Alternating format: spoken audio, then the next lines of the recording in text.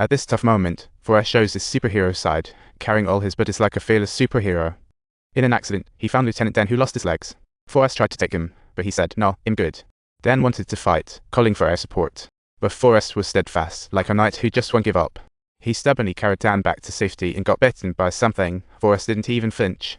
He just wanted to get Dan settled and find Bubba, but suddenly, Dan grabbed him. Forrest cared more about Bubba's safety than anything else, and finally found him in the woods, like finding treasure. He comforted Bubba like a gentle mama hen while dodging bomb blasts like a ninja. What skills! They dodged the artillery's claws, but fate played a nasty prank on Bubba. In the final moments of his life, Bubba imparted a profound statement to Forrest, one that Forrest would forever cherish in his heart. Forrest finally felt the harshness of war, losing his best friend, and ended up in the hospital, realizing that what bit him was a bullet. They said his wound was worth $1 million, but Forrest didn't see a dime. Still, he cherished this gift as it meant endless ice cream. But Dan was constantly shrouded in blue, as if the war sprinkled a layer of gloom on his soul. What a tragedy. Seeds of resentment sprouted in his heart because Forrest stole his chance to be a hero. Upon hearing Forrest's response, Dan felt an overwhelming sense of humiliation, akin to a clown who had just received a harsh slap in the face. To Dan, fate carried weight. Some folk floated like fluff, while others were as heavy as Mount High. As a natural-born soldier, he should bask in glory rather than being a sardine of society. But Forrest didn't get Dan's obsession. He wondered, isn't being alive the greatest luck? Why persist in torturing oneself, imprisoning oneself in the past war, akin to a slap in the face of one's own dignity? While recovering in the hospital, Forrest accidentally unlocked a new skill, ping pong. At first, he just thought it was fun, but then he leveled up like a pro. The next day, Forrest got exciting news. He was getting an honorary medal.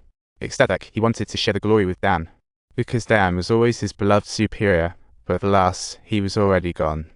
Forrest's award ceremony was nationally televised, becoming an overnight hero as if he turned into a pop star. Soon, Forrest accidentally joined the rally. What a hilarious blunder.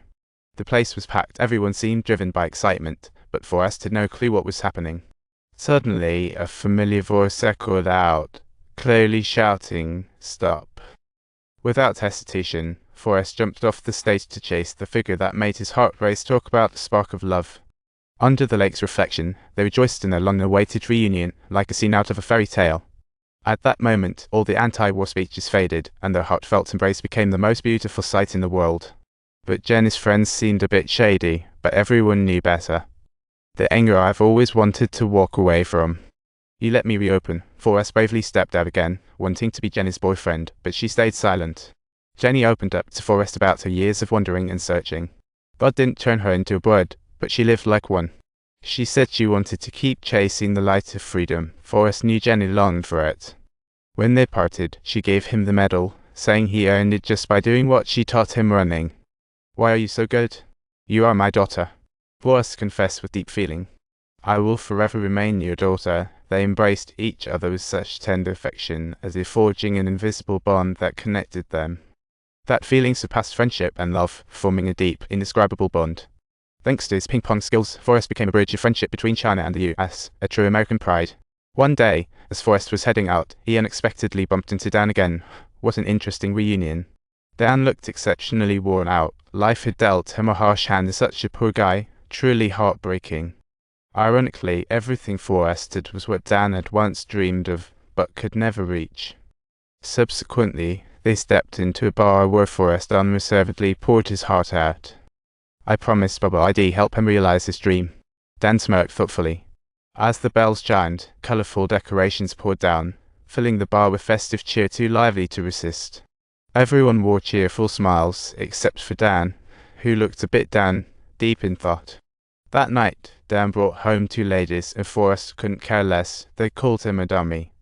Dan, infuriated, kicked them out but accidentally fell over. Forrest rushed to help but was shoved away by Dan, who stubbornly wanted to sit back in his wheelchair. Dan knew Forrest was sensitive about being called a dummy, just like he was avoiding being seen as a monster. Dan realized that true courage and wisdom carried profound feelings in the heart.